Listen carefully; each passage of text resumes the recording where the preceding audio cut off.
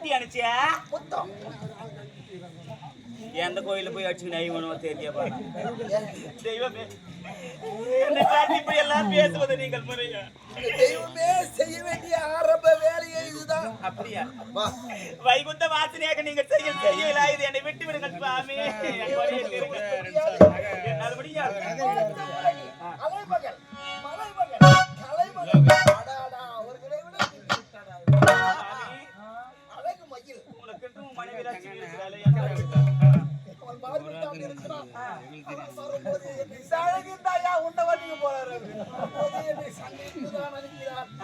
என்னை செய்வது என்பது புரியவில்லை. உன் கொண்டாடி சேர்ந்து போட்டா என்ன அதுக்கு நான் வர மாட்டேன். என் குறைய தீருங்க சுவாமி, எனக்கு ஒரு பெரிய ஆபத்து குறைய தீருங்க. வீட்டு சோறு எவ்வளவு சுவையா இருந்தாலும் சாப்பிட மாட்டீங்க. ஹோட்டல் சோறு அங்க போய் பாரு, 4 வித பதார்த்தங்க அருமையா இருக்கும். அது நல்லாவே இருக்காது. இது ஹோட்டலே இல்லையே. அது போன்று ஆண்டவன் நான் செய்தால் என் மக்கள் பின்னால் செய்வார்கள். அடைக்கு மயில் ஆடு பொற்பதமை இசைப்பாடு குயில் ஈடிலா வயரம் உருகும் தங்கம் ஊஞ்சலான உன்னை உன் கண்களோ கரிவண்டு உன் கைகளோ மலர் சென்று நீ என்னை கண்டு நான் உன்னை கண்டு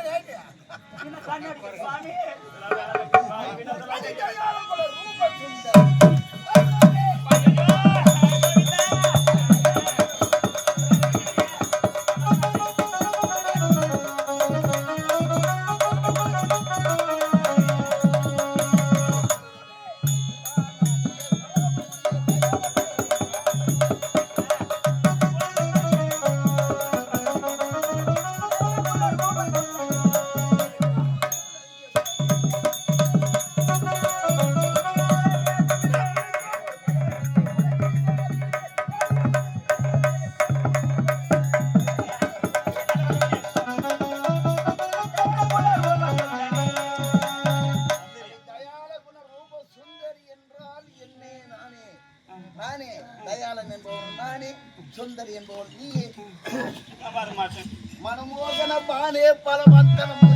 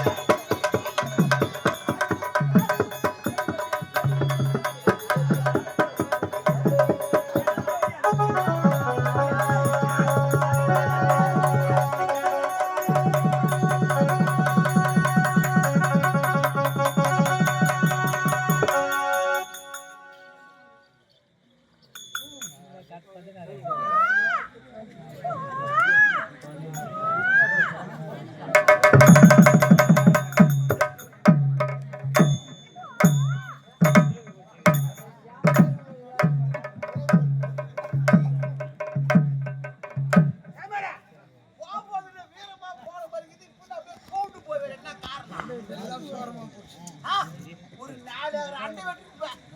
அதனால சோரம் போச்சா என் ஆசையை தீர்த்து விட்டேன். எனக்காக பக்தர்கள் எதிர்பார்த்துக் கொண்டிருப்பார்கள். இப்போது சென்று பக்தரை சந்திப்போம். என் பக்தர்களாம் பாராயணம் எப்போது வருவார் நாராயணன் என்று எதிர்பார்த்து வந்தோம். நீங்க அங்கெல்லாம் போக தேவையில்லப்பா, எனக்கு ஒரு பதில் சொல்லிட்டு நீங்க போங்க. என் கருத்தில் பாருங்க,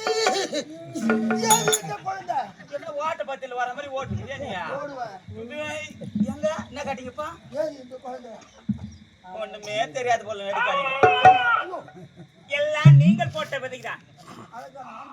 நான் வேண்டாம் வேண்டாம் என்ற 1000 முறை எடுத்து கூறியும் கண்ணே மணியே என்ற கட்டி எனக்கு என்னை முத்தம் கொடுத்த உடனே இந்த ஆண் குழந்தை பிறந்து விட்டது. என்ன இது ஒரு முத்தம் தான் கொடுத்து? ஆமா, அதற்கு ஒரு குழந்தை பிறந்து விட்டது. இரவெல்லாம் முத்தம் கொடுத்தால் குழந்தை பிறக்குமோ? பச்சை உடம்பு போ, தலை போ. அதெல்லாம் வேணாம், விடுங்க. சரி, அதான் பார்க்கட்டும். இது உங்களால் பிறந்த குழந்தை, அதுவும் உங்களுடைய குழந்தை. இந்த குழந்தை நீங்க வைத்திருங்க, நான் போயிட்டு வரேன். இந்த குழந்தையை நான் வைத்திருப்பதா? ஆமா. என்னடி பேசுற? என்ன சுவாமி? ஆண்களுக்கு என்ன தெரியும்? வந்து போறதோட சரி. இந்த பைபாஸ் வந்து போத்துக்க. வந்து போறது சரியா? பிறந்த உடனே அதற்கு என்னென்ன செய்ய வேண்டுமோ, எப்படி வளர்க்க வேண்டுமோ அத்தனை பொறுப்பு நீ வைத்துக் கொண்டிருக்கிறாய். நான் எப்படி செய்ய முடியும்? நான் எப்படி வளர்க்க முடியும்? அதனால் எப்படி பிடிப்பது என்பது எனக்கு தெரியாது. நான் சுவாமி நில்லுங்க. இந்த குழந்தை நானே வைத்திருக்கேன். ஆனால் ஒரு நிபந்தனை. நிபந்தனையா? உங்களோடு நான் ஒன்று சேர்ந்ததா? நாத்து அடிக்குதா? இல்ல இல்ல, நல்ல வெள்ளு மாட்டு இருக்கிறதுக்கு முன்னாலே உனக்கு ஆத்தாச்சா கூட பரவாயில்ல. உங்களோட ஒன்று சேர்ந்ததால் என் உடல் எல்லாம் சுத்தமா இருக்குதுங்க. என் ஆடையெல்லாம் கலைந்திருக்கிறது. நான் என் உடலை சுத்தப்படுத்திக் கொண்டு என் ஆடையை சரி செய்து கொண்டு வரேன். அதுவரை கொஞ்ச நேரம் இந்த குழந்தை நீங்க வைத்திருக்க, நான் போயிட்டு வரேன். குழந்தை அழுதால் என்ன செய்வது?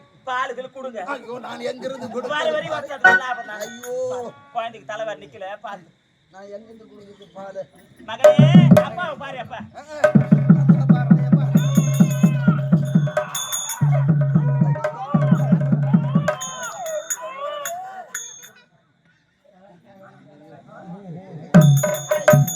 இந்த பெண்ணானவள் இந்த குழந்தையை ஒப்படைத்து விட்டு செல்கிறார்.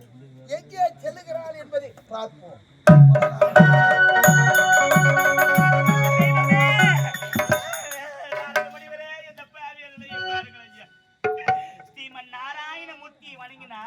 காட்சி கொடுத்தாரா? உனக்கு காட்சி கொடுப்பாரு என்று சொல்லியிருக்கேன். ஒரே தீர்த்து விட்டாரா? எனக்கு காட்சி மட்டுமா கொடுத்தார்?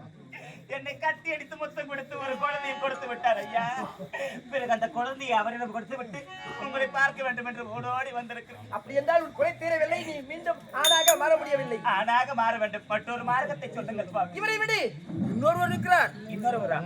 யார் அது? கைலாயவாசன், உமா மகேஸ்வரன், உலகை காக்கும் பரம்பொருள், முக்கன் முதல்வன், மூலாதார பொருள், எம்பெருமான், சிவபெருமான். அவரை துணிந்தால் அவர் காட்சி கொடுப்பார், உன் குறை தீர்த்து விடுவார். கண்டிப்பாக குறையை தீர்ப்பார் என்று அவரை வணங்குகின்றேன்.